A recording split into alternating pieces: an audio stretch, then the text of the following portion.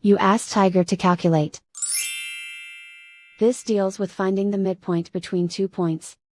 The midpoint between the 2 points is 18, negative 23.5. Let's solve it step by step. Plot the 2 points and calculate the midpoint using the formula. The coordinates of point 1 are, x1 equals 94, y1 equals negative 63. The coordinates of point 2 are, x2 equals negative 58, y2 equals 16. PM represents the midpoint of the 2 points.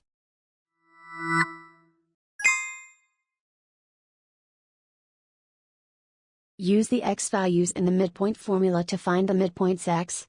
x1 equals 94. x2 equals negative 58.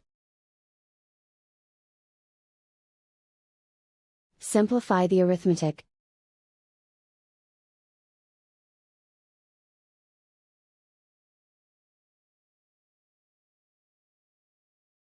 Use the y values in the midpoint formula to find the midpoints y.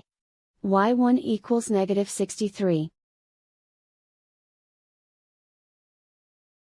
y2 equals 16. Simplify the arithmetic.